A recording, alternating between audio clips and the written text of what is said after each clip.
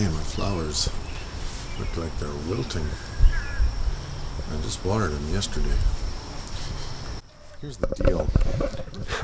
This is Mark Shepard. And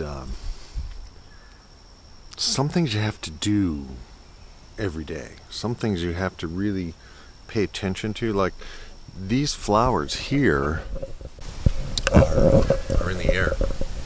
So they tend to dry out sooner.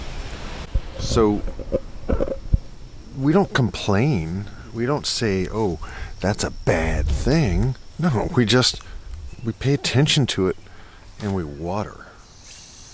You know, we give some attention where it's needed. I just dropped something on my toe that hurt.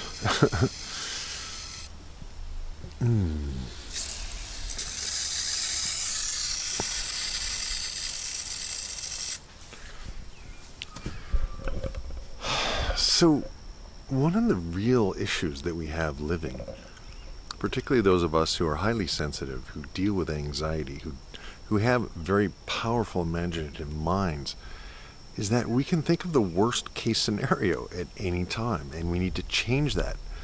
You need to think about your mind like a garden. Now, behind me is my garden. It's all in little containers.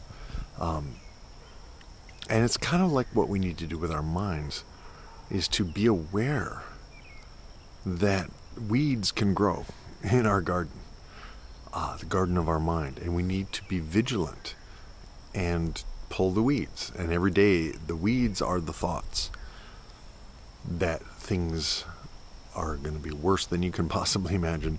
The thoughts, the what-if thoughts, all of those various different negative thinking patterns, gotta let them go. And what do? How do you let them go? How do you stop thinking thoughts that you don't want to think? Well, you get conscious and you stop and you use the tools. We have a bunch of tools. So one of the tools is to stop and breathe in a circle. And to ground into the earth. By the way, I'm standing on the ground in bare feet. So I'm really grounding into the earth energy. And then to roll your eyes. You can roll your eyes looking up and down and over and around, up and down and over and around, and then the other way. And those three little things together can really change what you're doing in your mind. And then you can focus on what you do want.